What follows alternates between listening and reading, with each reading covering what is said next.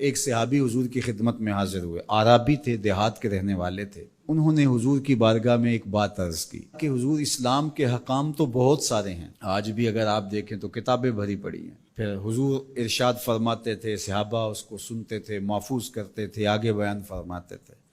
ان کا بہت سارے احکام ہیں اسلام کے، میں ایک دیہاتی شخص ہوں، مجھے کوئی ایک بات ارشاد کر دیجئے جو میرے لیے کافی ہو۔ تو آقا کریم نے اس شخص کو ایک بات ارشاد کی، فرمایا کہ ان تموتا ولسانک رطب من ذکر اللہ، تو اس حالت میں فوت ہو کہ تیری زبان اللہ کے ذکر سے تر ہو۔ 100 باتوں کی ایک بات ارشاد فرما دی، ان تموتا ولسانک رطب من ذکر اللہ، تو اس حالت میں انتقال کرے کہ تیری زبان اللہ کے ذکر سے تر ہو۔ میں اور آپ اپنی زندگی اس طرح سے گزاریں کہ موت اچانک آئے یا تبھی موت آئے، جس حالت میں بھی ہمیں موت آئے تو ہماری زبان عادی ہو اللہ کے ذکر کی، ادھر سے سانس ٹوٹ رہی ہو اور ادھر لبوں پر اللہ کا نام جاری۔ جس شخص کا آخری کلمہ لا الہ الا اللہ ہوا، اللہ اس کو جنت میں داخل فرماتا ہے۔ اور کتنے خوش نصیب لوگ ہوتے ہیں کہ مرتے ہوئے جن کے لبوں پر اللہ کا باقاعدہ نام آتا ہے، اللہ کا ذکر ان کے لبوں کا وظیفہ ہوتا ہے۔ اور کچھ لوگ ان کو تلقین بھی کریں تو زبان پہ اللہ کا نام نہیں آ پاتا۔ اور ان میں سے ایک وہ شخص جو شراب کا عادی ہے یا کسی بھی نشہ آور چیز کو لیتا ہے، تو ایسے شخص کو مرتے ہوئے کلمہ نصیب نہیں ہوتا۔ جو اس کو دنیا کے اوپر سزائیں دی جاتی ہیں، ان سزاؤں میں سے ایک سزا یہ ہے کہ مرتے ہوئے اس کے لبوں پہ کلمہ نہیں آتا۔ اور علماء نے یہ بھی لکھا ہے کہ جو بے نماز ہے، نماز نہیں پڑھتا، مرتے ہوئے اس کے لبوں پہ بھی کلمہ جاری نہیں ہوتا۔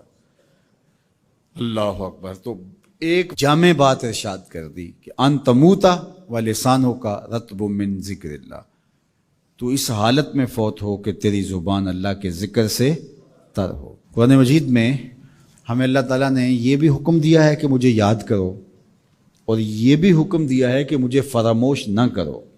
وَلَا تَكُونُوا كَالَّذِينَ نَسُوا اللَّهَ فَأَنسَاهُمْ أَنفُسَهُمْ أُولَٰئِكَ هُمُ الْفَاسِقُونَ، ان لوگوں کی طرح نہ ہو جانا جنہوں نے اللہ کو فراموش کر دیا، اللہ کو بھول گئے۔ جب کوئی خدا کو بھول گیا تو خدا پھر اس کو فراموش کر دیتا ہے، اور اس کی سزا کیا ہے کہ وہ خود فراموشی کا شکار ہو جاتا ہے، وہ اپنے آپ سے بھی آگاہ نہیں رہتا۔ تو ہمیں جو حکم دیا گیا وہ ہے اللہ کو یاد کرنے کا۔ تو یاد کرنے کا ایک مفہوم یہ ہے کہ اللہ جل شانہ کی اطاعت کی جائے، اس کی فرما برداری کی جائے، اس کے احکام پر عمل پیرا ہوا جائے، نہ یہ ہے کہ اس کے احکام کو فراموش کر دیا جائے۔ یقول اللہ تبارک و تعالی، اللہ جل شانہ خود ارشاد فرماتا ہے، یہ حدیث قدسی ہے، فیما یروی عن ربہ، جو حضور اپنے رب سے روایت کرتے ہیں۔ اللہ جل شانہ کیا ارشاد فرماتا ہے، سنیے، انا عند ظن عبدی بی، میرا بندہ میرے بارے جو گمان کرتا ہے میں ایسے ہی معاملہ کرتا ہوں، یعنی بندے کو میرے سے جو گمان ہے تو میں اس کے مطابق معاملت فرماتا ہوں۔ وَأَنَا مَعَهُ إِذَا ذَكَرَنِي، اور جب وہ مجھے یاد کرتا ہے میں اس کے ساتھ ہی ہوتا ہوں۔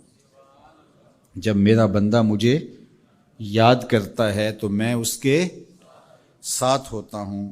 فَإِذَا ذَكَرَنِي فِي نَفْسِهِ ذَكَرْتُهُ فِي نَفْسِي، جب وہ مجھے اپنے دل میں یاد کرتا ہے تو میں بھی اسے اکیلے یاد کرتا ہوں۔ کتنی بڑی بات ہے کہ کسی کو رب یاد کرے، اللہ اکبر۔ کہا جب وہ اکیلے مجھے یاد کرتا ہے تو میں بھی اس کو اکیلے یاد کرتا ہوں۔ وَإِن ذَكَرَنِي فِي مَلَئٍ ذَكَرْتُهُ فِي مَلَئٍ خَيْرٍ مِّنْهُمْ، اگر وہ مجھے مجمع میں یاد کرتا ہے، لوگوں کے ہجوم میں یاد کرتا ہے، تو میں بھی اسے مجمع میں یاد کرتا ہوں جو اس مجمع سے بہتر ہے، اس اجتماع سے بہتر ہے۔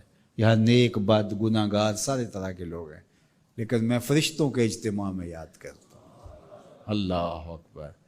کیا منظر ہوتا ہوگا کہ جب اللہ فرشتوں میں کسی بندے کو یاد فرما رہا ہو، اللہ اکبر۔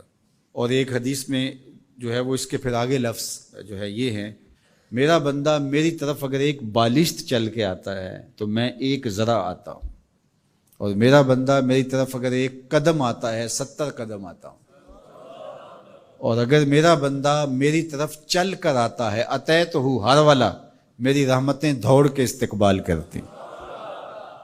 اللہ اکبر۔